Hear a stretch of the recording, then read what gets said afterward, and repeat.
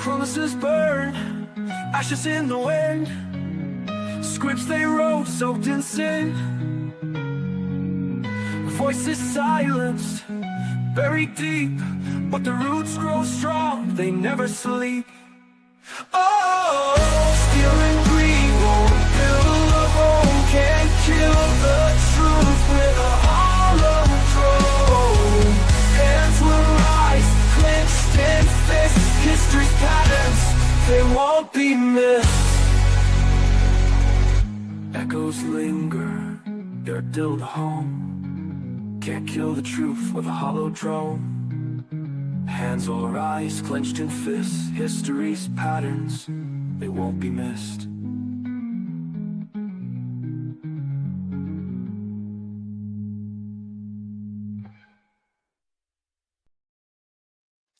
Well, sorry about that, folks. That was a technical problem on my side. I don't really know what happened, but here we are again anyway. And I think we were at the stage whenever myself and Ron had been talking about an event that we were involved in the Ulster Hall in around December of 2019. Then came the new decade, New Deal, where the DUP had signed it.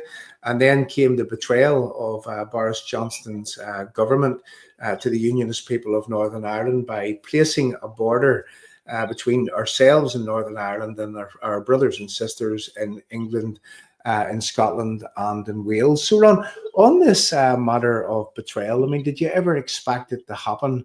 But then again, we did talk about that there was the same betrayal in the event that we held, and you knew a lot about it because I remember you speaking whenever you were doing Compare, and where was it Edward Carson and co? They rallied in that hall, and they were talking about a great betrayal also back then. So, Ron, tell me how you felt whenever we had the DUP basically come back on all their promises, new decade, New Deal, and then the Boris Johnson, Theresa May betrayal.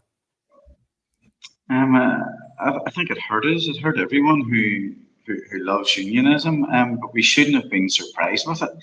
It's not something that took us unawares. I mean, our songs, the songs of our people, are filled with sentiments that express that. I think Armagh Brigade has the words, "Knowing England's promises are as firm as drifting sand, I don't believe a word that they say." We're aware that the British government and politicians, not the English people, but the British government has history there. But when you're in a position such as ours, and when your back's to the wall, and to reflect the wording of the Unionist Declaration of unalterable opposition, that was the wording of the combined Unionist Pact signed by the four Unionist parties here, unalterable opposition. Then when people give you their word that they'll oppose something, you have to put stock in it. They're the government, they're the policymakers, they're the lawmakers. And when you campaign for something, then you have to take them at their word. We've had setbacks, and I'll be honest, when the DUP went back into Stormont, I was hurt by that, and I mean hurt because we had an electoral pact at that time as well that we wouldn't stand against them. They wouldn't stand in any constituency where there was an anti-protocol candidate. But unfortunately, we stood in every constituency, and ultimately that led to Jim Allister being elected as an MP on the back of that. But like I say, it hurt, but you have to make a stand, and you have to campaign, and you have to lobby, and that's what we'll continue to do. And Ron, on that subject, I mean, that's a good segue into the recent poll. Now, I'm not a great man for listening to polls, especially when they're not going my way. But I'll have to say I accepted this one, and I accept this one with open arms for certain reasons. And I'm just going to really start with one good reason, one really good reason, and a reason that I believe that other unionists right around this country will actually remember. Ever since I've been a lad, this is the reality. I've been involved in politics in one way, shape, or form for a very, very long time. I don't know why that I was interested in politics so much as I was, as a young man. I could maybe say, and then I'll come to the point that I'm making. In an area not far away from where you grew up, I mean, I seen the first really attempted murder when I was 7 years of old, or 7 years of age. Like where two members of the Provisional IRA stood out from a bus stop, shot a taxi driver, and I witnessed that man crawling across the road in his hands and knees with big blood red holes all over his back. And I don't know, maybe at that age, seeing that always had me looking at things, maybe looking at things in the news, taking a keen interest. And, really from a young age, I developed a keen interest in politics. But, looking at politics right up through the years, I, even at the age of maybe 20, when I would have said that successive unionist parties, whether that be the Ulster Unionist Party, the DUP, they had promised us the earth, the moon, and the stars at the time of election, and then it came to whenever they got their power back to the speech of Carson. Carson, you help them climb up the ladder, and once in power, they kick away the ladder, and that's a brilliant way of describing this. But I had seen this, witnessed it so many times, and to me. December for the rally for the union, to try to get the DUP elected on the promises that they made to us and the people. For me, I can remember actually coining a phrase at that time, and this was the final last chance, is what I called it. If you can recall, I was doing this thing called Restore UK on a similar basis in and around that time, and to me that was the final last chance for the DUP ever. And I can remember whenever Jeffrey Donaldson then took over the DUP subsequently, later, I can remember Emma Pengelly. She came to me and she says, "Would you not give JD a chance?" I says, "Emma, I don't know how many chances that we'll give the DUP." I says, "So no, once bitten, 10 times bitten, 15 million times bitten, never again." And I believe, in talking to people, that there's a lot of people in unionist politics in Northern Ireland that actually feel that way. And so much so, Ron, and you can expand on this, that it has disenfranchised many, many people from the political system, from politics, from actually voting when those votes are hugely needed to keep unionism from the fate of a so-called United Ireland. Ron, would you just like to expand on what I've just been saying there with some thoughts? Yeah, so you've covered a lot of ground, and the demise of unionist parties that tend to go back on their word. And I think what happens quite often is they give way to threats, again, from the British government. I can remember at one time, and one of the threats that was used against Dr. Paisley was the introduction of abortion into Northern Ireland. And that was something that he was determined to keep out. But I would use a quote of an old preacher in the 1800s called Charles Haddon Spurgeon, who said, "Given the choice of two evils, choose neither." Or you don't choose the lesser evil, you choose neither. And that would be the TUV's position on things. No matter how we're threatened, no matter how other people try to get at us, if you want to say it that, then the bad policy or the threats to our people will be on their head. They'll not be on our head. And I don't think we try and take the lesser of two evils. And I think that has cost unionism a slow death. We've been bleeding out for the last 25 years, constantly giving concessions, constantly giving a wee bit, constantly trying to take the lesser of two evils. And given the choice between the lesser of two evils, it would be the TUV's position to choose neither. Now, the increase in the TUV vote is by and large a lot down to how we're consistent in our message, consistent in what we say. We've called things out. You showed a clip there from 6 years ago, which was prophetic from Jim, that proved to be right. But our vote wouldn't be on the increase at the polls if Northern Ireland was in a good position. And Northern Ireland isn't in a good position. So it's more to do with how others have behaved, I think, than how we've behaved that has led to us to have an increased vote. People are prepared to give TUV a chance. but they've shown through the DUP and through the TUV that they'll not be taken for mugs, and we can't take the electorate for mugs. All they're prepared to do is lend us their vote, and we've got to earn their trust.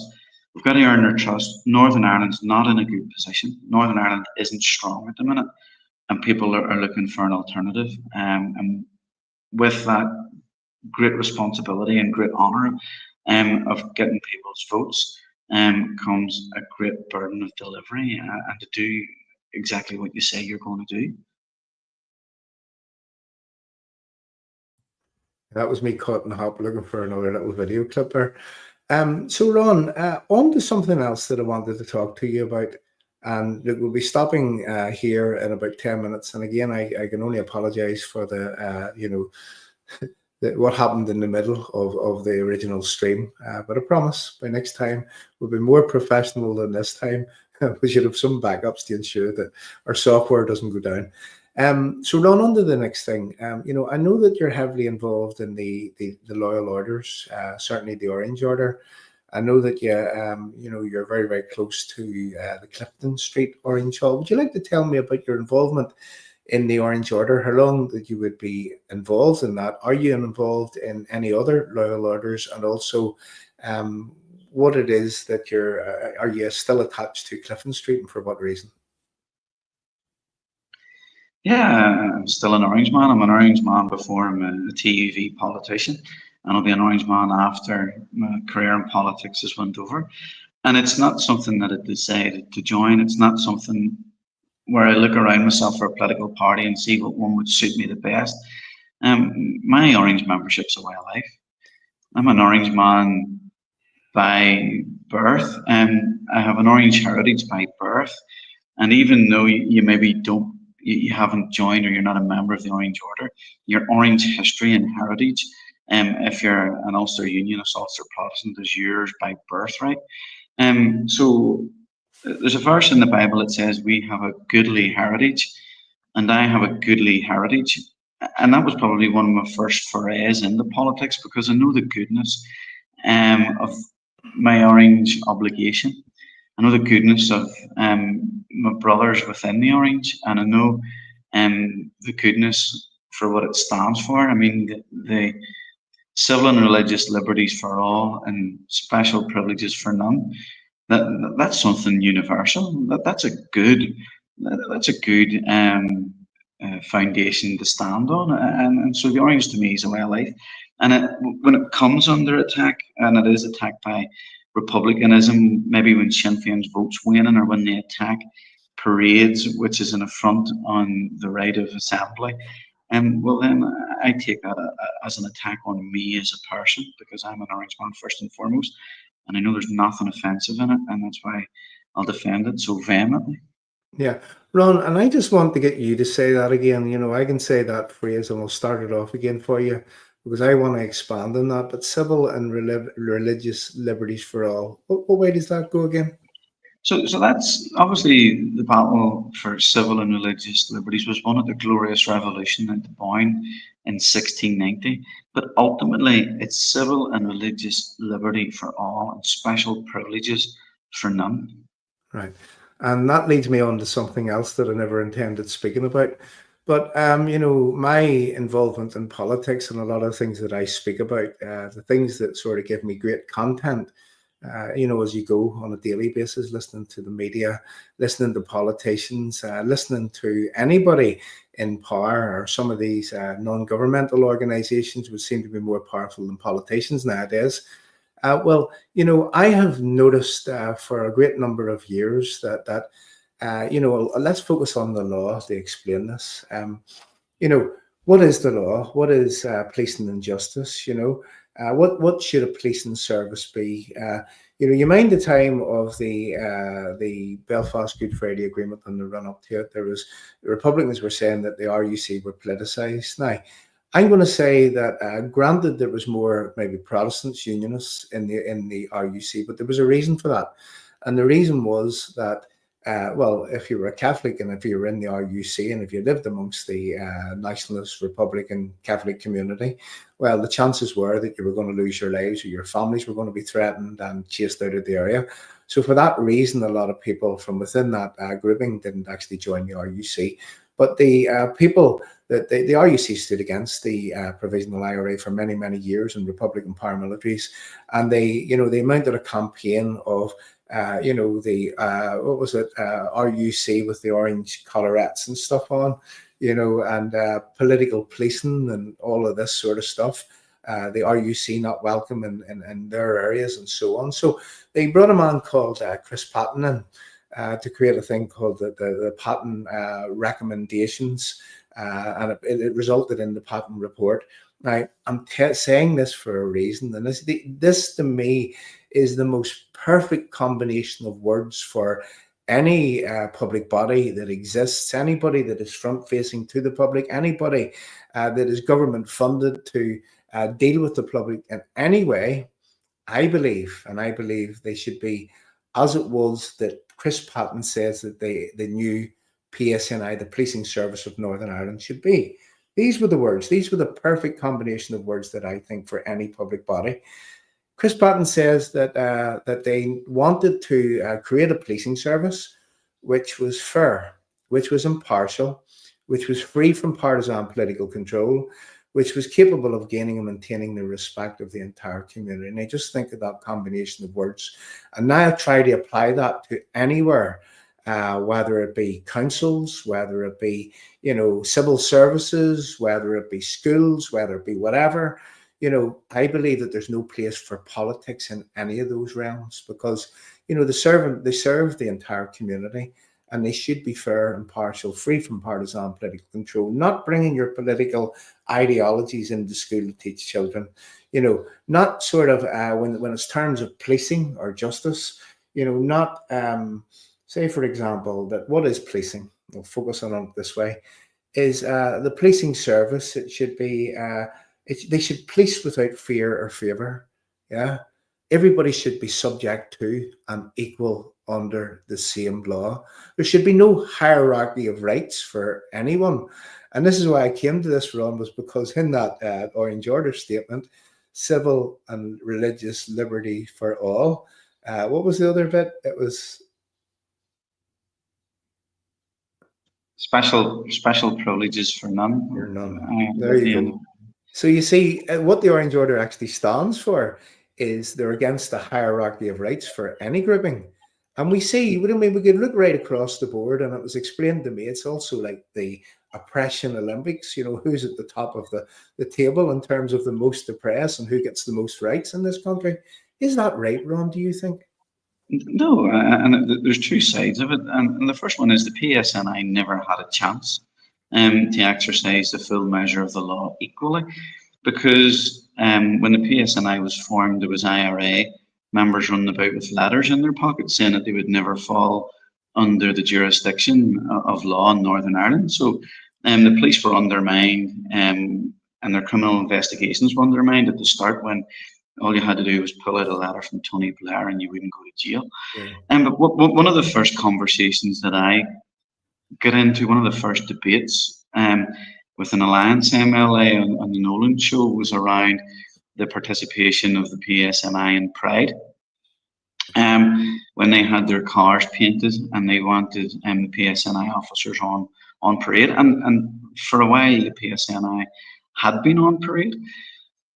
But the activists within the organisation of Pride will tell you straight that Pride is protest. So they're protesting against laws that they don't like. So what in essence you had was the PSNI taking part in a protest to overturn laws that they're supposed to be upholding. Yeah. You then had a counter protest by Christian groups who were opposed to the aims of this protest. And the police were then asked to police the protest that they were taking part in. And we know that the transgender laws and some of the transgender implications for the suppression of puberty and drugs in adolescent kids would be an affront to most people. and the police impartiality was blown apart in that. So um, Chris Patton said that he wanted a neutral police force without favour for anyone. And we're still fighting to get that today because it hasn't been delivered to us. But that's right, special privileges for none, and it appears that there are still special privileges for some in society in Northern Ireland. Yeah, and on that subject of the patent recommendations, in where that it did state specifically that they needed a fair police force, fair, impartial, free from partisan political control, which is the key one. We have a policing board with several political members on that policing board, actually directing the way that policing would happen. I mean, we've seen the antics of, say, Jerry Kelly from within that policing board. We do have a so-called loyalist representative on that. Now, again, Ron, I'm not looking to associate you with my words, but I do have my concerns with reference to this. There's a lady there called Debbie Waters, who's on the policing board. And, I don't ever see Debbie Waters from within that policing board standing up for some of the concerns that the loyalist community would have, the same way as, say, for example, that Jerry Kelly would, with reference what it is the Nationalists or the Republican community would have. So, so I think the policing just went wrong. The policing service that we were promised, fair, impartial and free from partisan, politically controlled one, none of it happened. In fact, they are in dereliction of their founding principles, that's the PSNI, because they continuously get pushed into political policing on the basis of, and this was a quote from Ronnie Flanagan back in the old RUC days to do with Drumcree, and Ron, you spoke about it earlier. He said that, well, we have to police on the basis of policing against the lesser of two evils. That's what he said.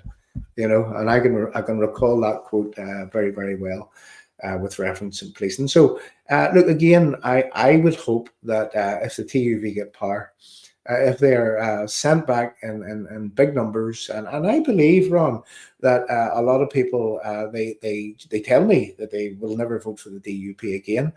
So it's really down to the DUP to continue to do what you're actually doing now, to continue to promote the right things, to get into amongst the community where the community have genuine concerns. I'm not saying to stand up for the community where the concerns aren't genuine. Be straight with them because people, they like people to sort of, be straight with them. And all I'm saying is that, with reference what the TUV are doing right now, and I would like for people to leave some messages in the live chat here. Well, if you continue to do what you're doing, you'll have the support of most of the people right around Northern Ireland. So, Ron, I would just like you to sort of close and give me a message for the future for people, for really, supporting you, for what you will do for people. Should they come to you with their concerns? Should they highlight their problems? Over to you, Ron. Only you knows how to do this as a TUV deputy leader. Well, it's one of the hardest things to do is to sell yourself and your party. But what I would leave you with is a glass half full rather than a glass half empty, because we can do an awful lot of complaining when we look at our lot in life. But the amount of attacks that our people and our heritage and our culture have come over have suffered this summer has been unparalleled. We have been attacked mightily, and what I've seen is a great coming together of Protestant Unionist loyalist culture. People have rallied together, and I've seen a strength within grassroots loyalism over the summer that I haven't seen in many a year. So there's credit to everybody that was involved in that. But there's a saying when it comes to the political side of things, what can we offer? And you'll know the saying that I have nothing to offer but blood, sweat, and tears. And you'll get strength and not weakness, which is the coin of phrase that the TUV are using at the minute. We'll do exactly what we say in the tin. We won't take a step back. We won't do a dodgy deal. We won't settle for the crumbs from the table. And we'll be in it together. And the voice that you want is the voice that we'll give you. Yeah, Ron, once again, thanks very much for whenever I asked you, you had no hesitation, you come on. And I'm going to let everyone into a little secret. Ron's normally used to being badgered in these sort of things. And he says, look, I'm more fearful of this one because this one's going to be a friendly one. than I am when I go to the Land's Den. That's sort of we'll not even speak about where it is. I think everybody realizes where that is. But Ron, sincerely, thank you for the efforts of the TUV. A great man is Timothy Gaston, I have to say. And Ron, would you ask Timothy at some stage would he actually join us here on Truth Podcast, really, to talk about what it is that Timothy's doing within Stormont, because I think he's doing a grand job. I will, but you're going to need subtitles for I can barely make out that boy's accent. Well, don't worry. I have plenty of friends up around the sort of Ballymun area, so we'll bring some interpreters in with us. No problem at all. No problem. Ron, thanks again. Thanks to the people for coming and listening. This is the first live stream of Truth Podcast. Many more to come. What we aim to do is we aim to do these one a week. We'll bring various guests on. Already we have Ben Habib lined up to come on and to talk about what it is that he's up to with reference to his new advance party. And again, Ron, if you're listening, I do hope that Ben, just a bit like the last time, when Ben was in the hierarchy of reform, he formed the alliance with the TUV.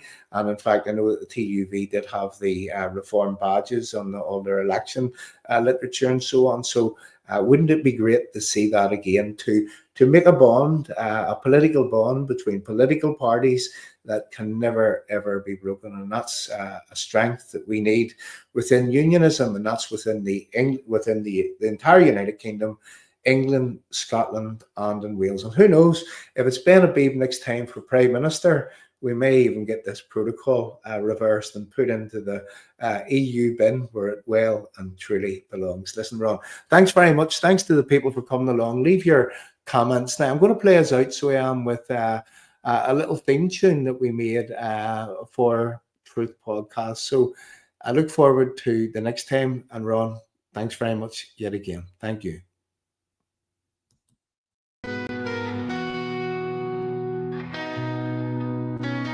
Shouts in the square, they're too proud to hear. Blindfolds on tight, driven by fear.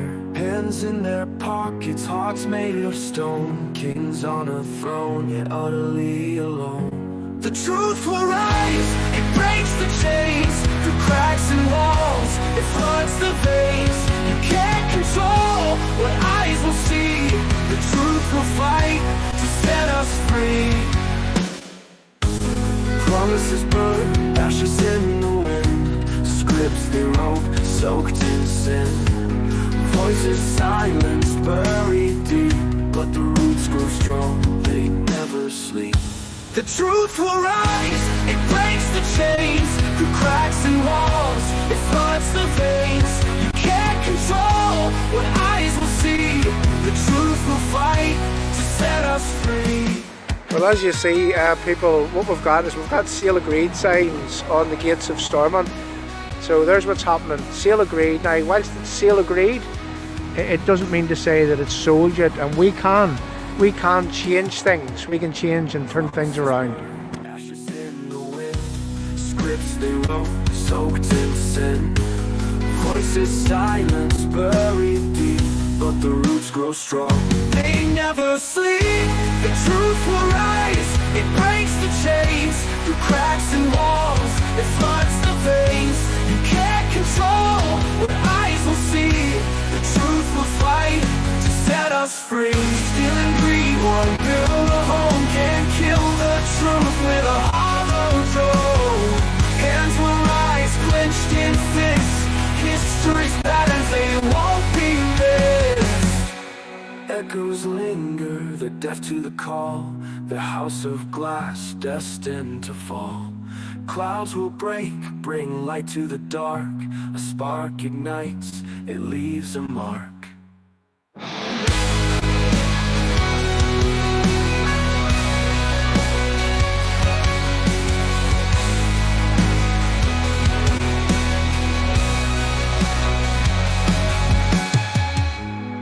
Christianity was the blanket which wrapped us, but protected the United Kingdom's values and culture, and through which our fantastic democracy, our judicial system, our common law, our hunger for knowledge, our preparedness for diversity of thought, all of that came out of those roots.